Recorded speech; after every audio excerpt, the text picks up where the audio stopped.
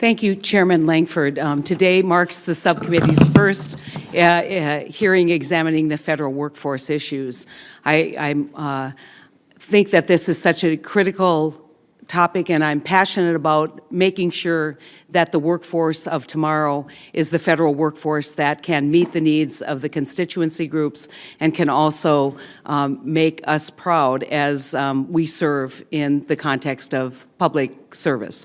Since taking office in January 13, I've been very engaged in this issue because North Dakota, as you know, is experiencing an energy boom, and that has created a real crisis within our federal workforce.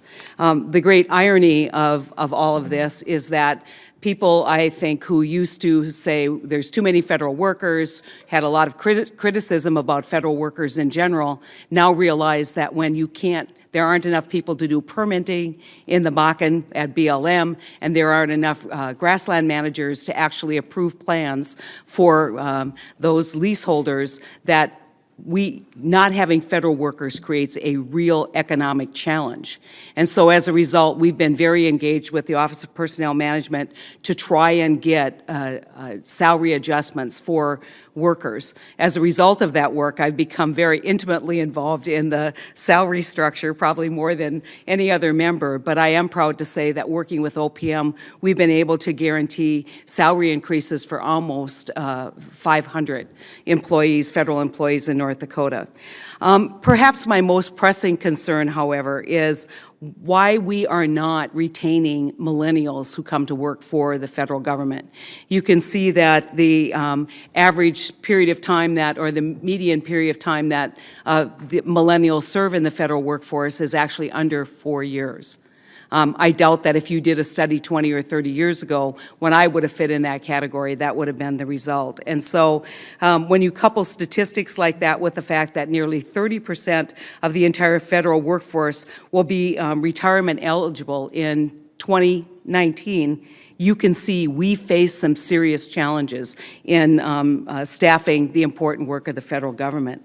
So today I want to focus on not only what we can do better to recruit young folks, but what we need to do to retain them. And certainly, if you, as someone who used to run a large agency, I spent a lot of time on retention because the effort and the dollars in training tell you that if you have a good employee, the one thing that you definitely want to make sure that you keep is a good employee. It's no secret why they're discouraged when you look at sequestration, pay freezes, furloughs, as well as the government shutdown in 13. That didn't exactly add to the morale of the federal workforce.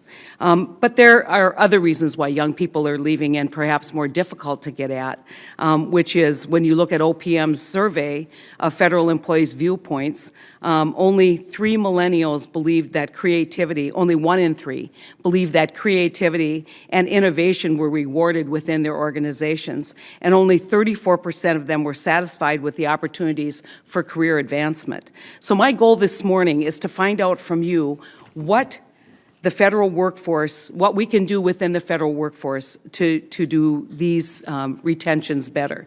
How can we improve the speed of the hiring process? How can we address the inability of the federal workforce to compete with the private sector pay? How do we bridge the gap between human resources departments of agencies and line managers? And how do we improve supervisor training and ultimately employee morale? These are just a few of the areas I'd like to explore, and I look forward to hearing the witnesses' testimony and forward to the regular dialogue that we have on this subcommittee, thanks to the structure that Chairman Langford has put together. But I want to close by just saying this is a critical issue. There isn't a corporation in America. There isn't an organization in America. When you say what makes you great, doesn't say our people. And so if we're not doing what we need to do to retain the best and brightest in public service, then we need to know about it and we need to fix it. Thank you, Mr. Chairman.